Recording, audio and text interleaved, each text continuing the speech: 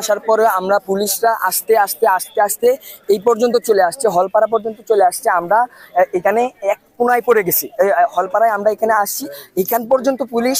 আবার ওইদিকে আমাদের বঙ্গবন্ধু পকেট গেটের দিকে হচ্ছে ছাত্রলীগ, আমাদেরকে মাঝখানে ফেলা হয়েছে।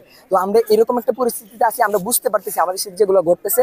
আমরা যদি ক্যাম্পাসে থাকি তাহলে আমাদেরকে গণহত্যা করা হবে, তো একটা স্টুডেন্টকেও বাঁচতে দেওয়া হবে না। তারা রাত্রে আধারে আমাদেরকে 25শে মার্চ যেভাবে গণহত্যাটা চালানো আমাদেরকে এইভাবে হত্যা করে ফেলবে।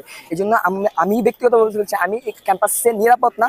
আমাদের প্রশাসন, আমাদের বিসি, আমাদের প্রক্টর আমাদেরকে নিরাপত্তা দিতে পারে নাই, এই জন্য আমরা ক্যাম্পাস ছাড়ছি। কিন্তু কথা দিচ্ছি, আমি বাড়ি ফিরবো না। আমি আমার ভাইদের আমি আমার শহীদ ভাইদের রক্তের সাথে বেইমানি করবো না। এই ক্যাম্পাস ছেড়ে আমি বাড়িতে যেতে পারবো না, বাড়িতে আমি থাকতে পারবো না, আমি ঢাকা শহরে কোথাও থাকবো। কিন্তু এই ক্যাম্পাসে আমি নিরাপদ না, আমাদেরকে বিসি নিরাপত্তা দিতে পারে নাই, প্রক্টর নিরাপত্তা দিতে পারে নাই। এই জন্য ক্যাম্পাসটা ছেড়ে দিচ্ছি, ঢাকা বিশ্ববিদ্যালয়টা ছেড়ে দিচ্ছি। অনেক স্বপ্ন নিয়ে, অনেক গর্ব নিয়ে ঢাকা বিশ্ববিদ্যালয়ে আমরা এসেছিলাম প্রত্যেকটা ছাত্র।